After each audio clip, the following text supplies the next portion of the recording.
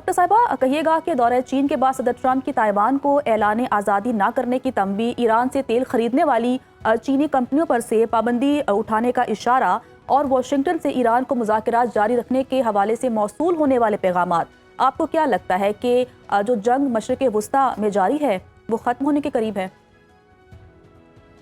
देखिए, जंगें तो हिस्टोरिकली जो शुरू होती हैं उन्होंने ख़त्म होना ही होता है, लेकिन इस जंग ने कब और कैसे ख़त्म होना है ये थोड़ा-सा अभी क़बल अज़ वक़्त होगा ये बात ओके। करना, क्योंकि ये बयानात जो हैं, जिन बयानात की तरफ आप इशारा कर रही हैं ये आज के हैं, कल के कोई और होंगे और गुज़रे हुए कल के कुछ और थे। जी। तो उस हिसाब से उन बयानात की बुनियाद पर तो शायद बात हम ना समझ पाएँ, लेकिन जो कुछ अ, हो रहा है अगर एक्शंस को देखें, तो चीज़ें जो हैं वो हमारे रीजन में तो मस्बत तरफ जा रही हैं। मुज़ाकरात जो हैं उनकी तरफ बातचीत जो है बढ़ाने की बात हो रही है और जंग ना करने की जो है वो ख़्वाहिश आपको हर तरफ दिखाई देती है। बिल्कुल। लेकिन यही वेस्टर्न मीडिया जो है और यही सारे स्टेट्समैन जो हैं, ये फिर अलल-ऐलान ये भी कहते फिर रहे हैं कि हमने जंग करनी है और हर सूरत में करनी है। अब तैयारियां की जा इज़राइल रही हैं। ख़ास तौर पे उनके अंदर तो ओपिनियन और ओपेड जो हैं वो डेली बेसिस पे पब्लिश हो रहे हैं। आज एक ओपिनियन मैं पढ़ रही थी जिसमें किसी जो सोर्सेज़ का हवाला देते हुए बताया गया था कि जी इस वीकेंड पे ईरान पे अटैक हो जाना है। अगर हम देखें तो फिर आने वाला जो इतवार है या हफ्ता इतवार सोमवार उस पे ईरान पे अटैक होना है। तो ये बड़ी केओटिक सी सिचुएशन है, बहुत ही और केओटिक इस वजह से है क्योंकि जंग करने वाले जो हैं उनको ढंग से जंग करनी भी नहीं आ रही है। मैं बहुत अजीब सी बात है लेकिन बिल्कुल सही बात है। उनको बिल्कुल नहीं समझ में आ रहा कि अगर उन्होंने जंग करनी है तो कैसे करनी है, जंग रोकनी है तो कैसे रोकनी है, मुज़ाकरात करने हैं तो कैसे करने हैं और अगर मुज़ाकरात नहीं करने हैं तो फिर दो टोक तरीके से उसके लिए क्या कहना है। जी। लोगों की बहुत उम्मीदें थी, लोग बड़ी बातें कर रहे थे और चंद लोगों में से मतलब चंद लोग थे, बशमूल मेरे, जो ये कह रहे थे कि ये चाइनीज़ विज़िट जो है, ये रूटीन का एक विज़िट ही रहेगा और बिज़नेस ट्रिप होगा और उसपे चाइनीज़ बेहतरीन होस्ट होते हुए एक लेविश किस्म का जो है वहाँ पे बैंक्वेट करेंगे, बहुत अच्छा प्रोटोकॉल देंगे, लेकिन टेंजिबल उसमें से कुछ नहीं निकलेगा और कुछ नहीं निकला। लोग यहाँ तक कह रहे थे कि जी चाइना गारंटी देगा और वहाँ पे ईरान डिस्कस होगा। ऐसी कोई लीक नहीं आई, ऐसी कोई इन्फॉर्मेशन हमारे पास नहीं है कि वहाँ पे डिस्कस भी हुआ है।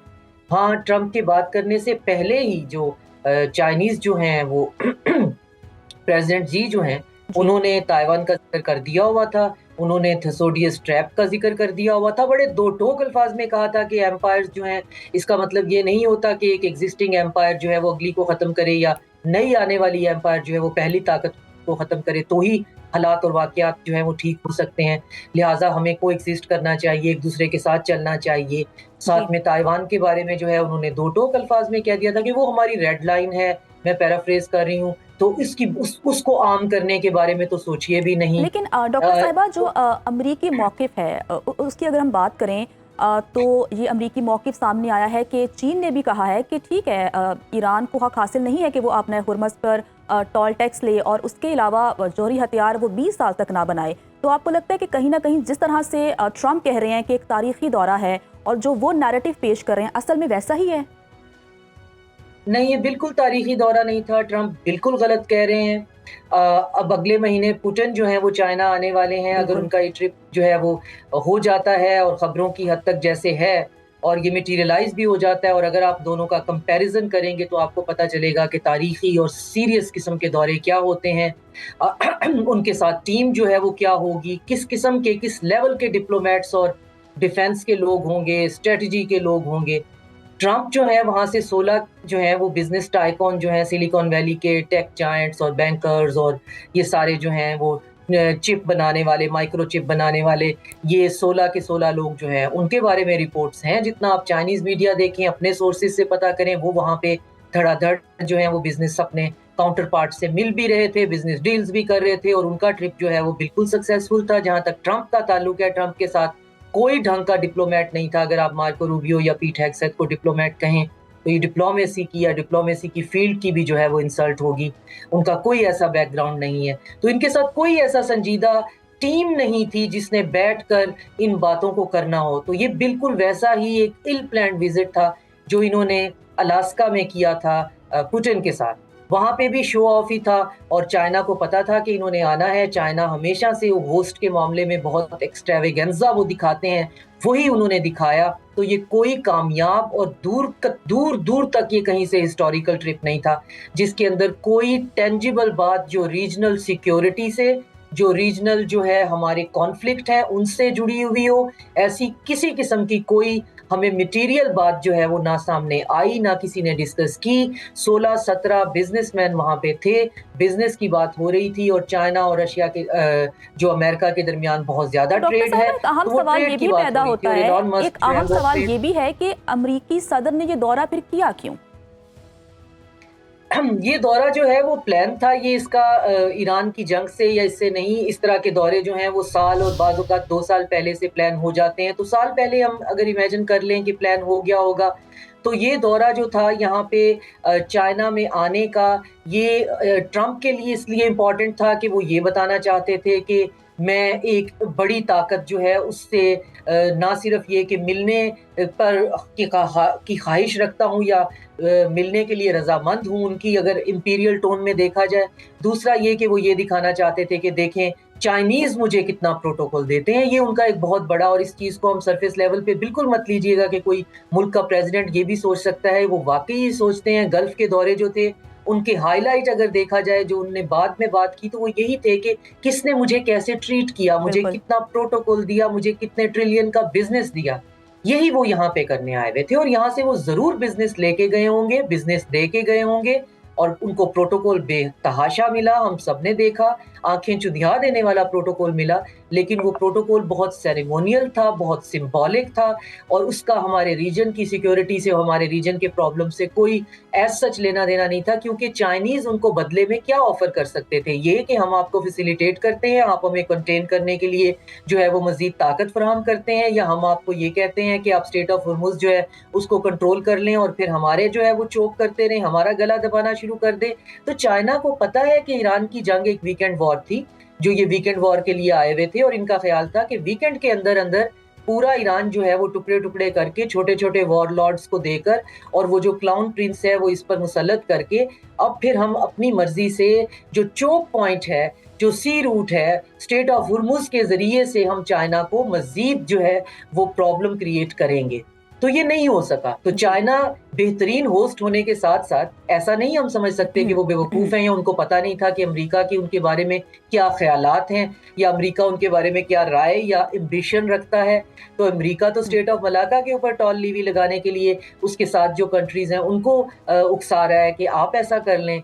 वेस्ट जो है वो बैक कर रहा है मिलिटेंट्स को, चाइनीज़ के इंटरेस्ट जो हैं उनको सैबोटैज करने के लिए साहिल के रीजन पे, अच्छा जो डॉक्टर बर्किना साहिबा, एक फासो और नैरेटिव है, वो नाइजर। नैरेटिव ये है कि जो पहले टॉक्स हुई थी ईरान और अमेरिका के दरमियान, पाकिस्तान फ्रंट पर था, पसे पर्दा कहीं ना कहीं चाइना था।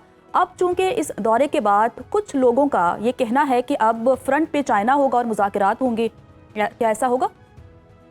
नहीं, चाइना बिल्कुल फ्रंट पे नहीं होगा। चाइना की नॉन इंटरवेंशनिस्ट पॉलिसी है और उनका 2050 का विजन जो है वो सारे का सारा इस पे बेस करता है कि उन्होंने ऐसा कुछ नहीं करना जो वेस्ट करता है। अगर हम ये एक पॉइंट समझ लें तो हमें चाइना की पूरी फॉरेन पॉलिसी समझ आ जाएगी।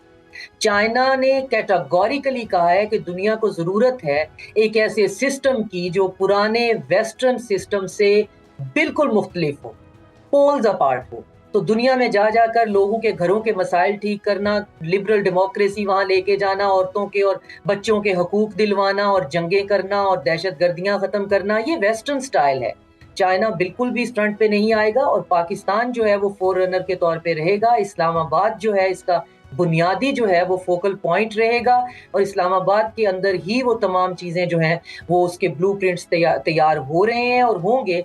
जगह चेंज हो सकती है, वेन्यू चेंज हो सकता है, उससे कोई फ़र्क नहीं पड़ता, लेकिन चाइना जो है वो फ्रंट पे आकर किसी किस्म की नेगोशिएशन की तरफ नहीं आएगा। और नेगोशिएशन जो है वो होनी क्या है, जो मेरा ख्याल था कि नेगोशिएशन में मैक्सिमम चाइना इतना ज़रूर कर देगा कि अमेरिका को बता देगा कि हम आपको एक ग्रेसफुल डिसेंट ऑफ रैंप दे रहे हैं और जी। जिसमें 2-1 पॉइंट्स जो हैं मैं बारहा उनका ज़िक्र कर चुकी हूँ कि स्ट्रेट ऑफ हॉर्मुज़ के ऊपर कंसोर्शियम बनाना और साथ में JCPOA 2.0 थोड़े से रद्दो-बदल के साथ। तो ईरान जो है उसको भी एज़ सच इससे कोई प्रॉब्लम नहीं है, उनको अपना न्यूक्लियर प्रोग्राम रोल बैक करने से प्रॉब्लम है। वो एटम बॉम्ब या न्यूक्लियर बॉम्ब तो बनाना भी नहीं चाहते हैं। तो चाइना ने इतना भी नहीं किया कि उनको सिर्फ यही कह देते कि हम आपको ग्रेसफुल ऑफ रैंप ही दे रहे हैं। तो इनको अगर ग्रेसफुल ऑफ रैंप चाहिए तो उसका रास्ता जो है वो इस्लामाबाद से होके गुजरता है, और इस्लामाबाद के अंदर ही उस पे काम हो रहा है। ये अपनी जितनी भी जो इनकी वॉर मॉन्गरिंग है, जो स्टेटमेंट्स हैं, जो लिंजी ग्रैम जो हैं उनके बयानात हैं, जो नेतन्याहू के बयानात हैं, जो हेरात में छपने वाले ओपिनियन पीसेस हैं, वो सारे एक तरफ वो जंग का तिबल बजा रहे हैं। वो बता रहे हैं कि जी हम जंग के लिए आ रहे हैं, हम जंग के लिए आ रहे हैं। लेकिन बहुत से ममालिक ऐसे हैं जो अभी भी दिन रात इस कोशिश में लगे हुए हैं कि ये जंग किसी तरह से टाली जा सके और किसी तरीके से इस मसले का कोई हतमी हल जो है वो ढूंढा जा सके, जिसके अंदर ईरान के इंटरेस्ट जो हैं वो किसी सूरत में कंप्रोमाइज ना हो। अच्छा डॉक्टर साहिबा, ये बताइएगा कि अगर हम ईरान की बात करें तो दिल्ली में जो अब्बास इराक़ची हैं उन्होंने इंडियन मीडिया को जिच कर दिया। उन्होंने कोशिश की बावजूद भारतीय सहाफ़ी पाकिस्तान और चीन के ख़िलाफ़ कोई बयान निकलवाना चाहते थे, लेकिन अगर हम ईरानी क़यादत की बात करें तो बहुत ही समझदारी से उन्होंने तमाम सवालों के जवाब दिए। इस पर आप क्या कमेंट करेंगी? देखिए, वो एक सिविलाइजेशनल स्टेट है और उनकी मैं आजकल किताब लिख रही हूँ सेंट्रल एशिया पे। एक तो मैं दोबारा से रिविजिट कर रही हूँ सौगनिया को और बक्ट्रिया और ख्वारिज़म की तहज़ीब और फ़ारस की तहज़ीबें जो हैं, तो चीज़ें जो हैं वो दोबारा से दिमाग में आती हैं। तो ये ऐसी तहज़ीबें हैं जिनकी हज़ारों साल की हिस्ट्री है, डिप्लोमेसी की, जंगों की, जंगें हारने की, जीतने की और दोस्त रखने की और दुश्मन को पहचानने की। तो ईरानियों से आप ये तवक्को नहीं कर सकते कि वो एहसान फरामोशी करें, दोस्त और दुश्मन के फ़र्क को ना समझ सकें। उनको ये पता है कि पाकिस्तान उनका खैर ख़्वाह है, उनको ये पता है कि पाकिस्तान उनका दोस्त है, और इस जंग में भी, इन हालात में भी पाकिस्तान इतने प्रेशर के बावजूद भी डिप्लोमेटिकली, यानी हम ओपनली भी ये जो है सिर्फ ये बाज़ ममालिक में ऐसा हो जाता है कि जी हम आपके साथ तो हैं बिहाइंड क्लोज डोर, लेकिन अप फ्रंट हम कुछ और बयानियां रखेंगे। पाकिस्तान ने तो दीदा दलेरी के साथ अपना जो बिहाइंड द क्लोज डोर बयानिया है और जो अप फ्रंट बयानिया है ईरान के मामले में, उस पर स्टैंड लिया हुआ है। 6 से ज़्यादा ज़मीनी रास्ते हमने उनकी सपोर्ट के लिए खोले हुए हैं कि उनके पास हमारी पोर्ट से जितना सामान है उनको कोई इस तरह का मसला ना हो।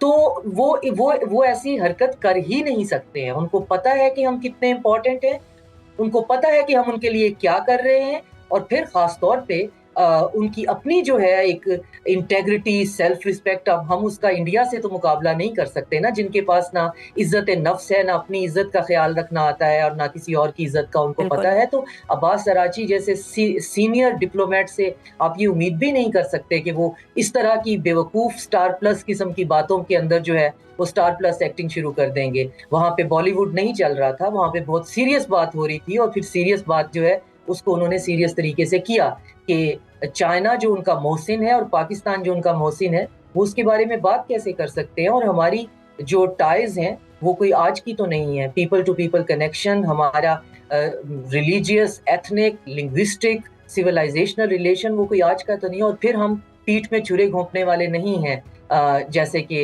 इंडिया जो है उसकी पूरी डिप्लोमेसी जो है वो इस पे टिकी हुई है कि आप जुबान से कुछ और कहें, और जब टाइम आए, मुश्किल वक्त आए, तो उस वक्त आप ईरान पे हमला करवाने के लिए इजराइल जाके नेतन्याहू को फादरलैंड और खुद को मदरलैंड बनाना शुरू कर दें। और इस हालत में जब अब्बास अराची वहाँ पे अपनी डिप्लोमेसी कर रहे हैं, तो मोदी जो है वो यूएई पहुंचा हुआ है और वहाँ पे जो है वो अपनी फेमस ऑकवर्ड किस्म की फोर्सफुल पपियां और जप्पियां जो है वो वहाँ से कर रहा है, जो भी उसको मिल रहा है वहाँ पे। तो ये ईरान जो है उनके पास जो है वो मिडल पावर ज़रूर हो सकते हैं, वो अमेरिका की तरह एक सुपर पावर नहीं है, लेकिन उनके अंदर बिल्कुल।